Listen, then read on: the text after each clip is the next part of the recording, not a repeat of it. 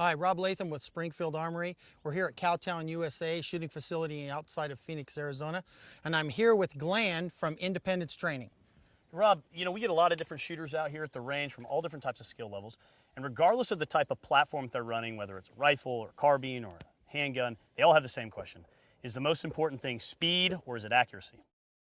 That's the eternal question right there. How fast can I go before I start missing, and how much slower do I have to go to be more accurate? The real truth is you can never go as fast as you want because you'll start missing, and you can't be as accurate as you'd like to be because it'd be too slow. So it's all finding that balance.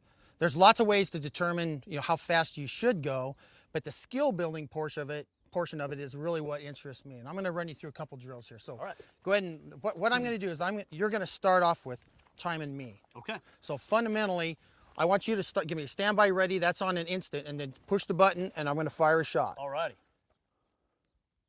Yeah, whenever you're ready. All right. Shooter ready. Yep. Stand by. So what's that time? 0.25. Okay, so in 1/4 of a second, I'm able to respond to an audible and shoot a target dead center.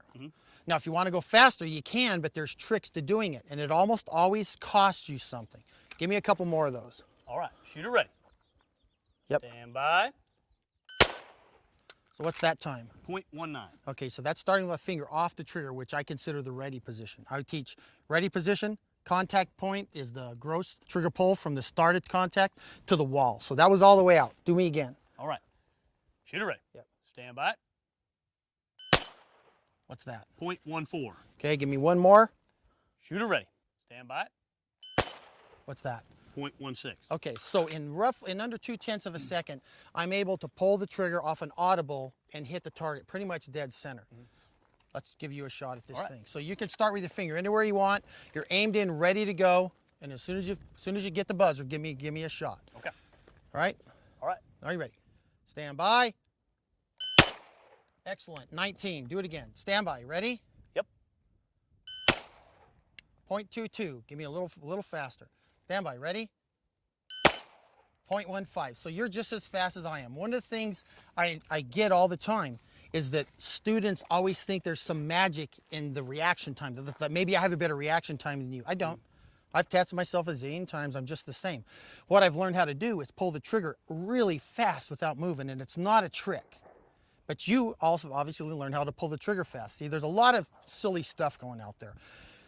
People think you have to can only shoot accurately if you pull the trigger very, very slowly. But that's only really important when the precision becomes very, very high. So let's increase the required accuracy a little bit. Okay. Step on up. I need you to hit the box in the center in the A zone. A zone. A zone in the head. All right. Okay. Start on the target, ready to rock.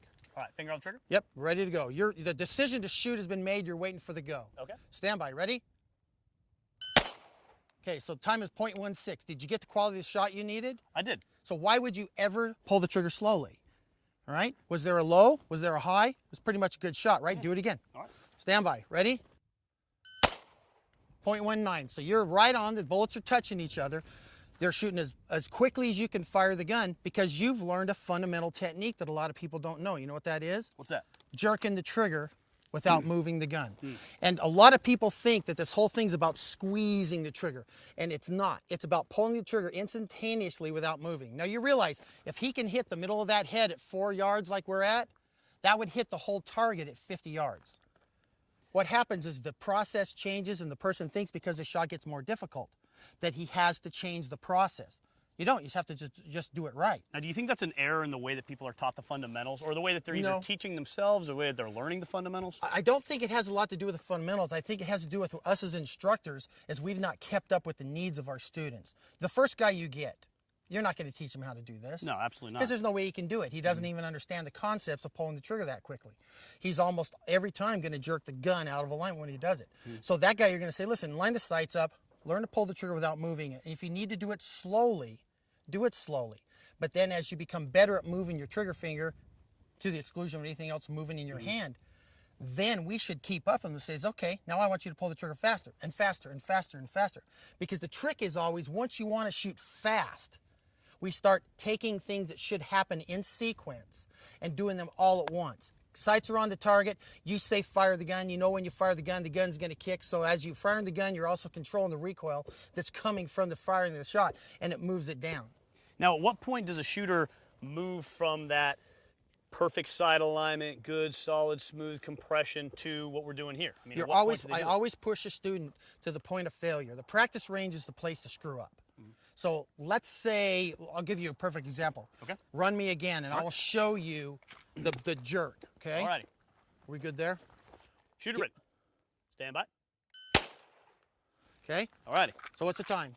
You are .21, See the shot down on the bottom? all the way down there. So the normal way of dealing with that would be come back to the student and say, listen, you need to slow down. But what I did was nothing to do with the speed that I did it. It's the fact that I moved the gun out of alignment when I fired the shot. So unfortunately, we'll come back to them from an instructor standpoint and said, oh, we need you to slow down. You're not ready to pull the trigger that fast. Had nothing to do with the pulling of the trigger. To get the gun pointed down there, I had to do something, right? I had to move the gun out of alignment. So then you take the student and say, listen, quit worrying so much about aiming, worry about pulling the trigger and moving nothing else.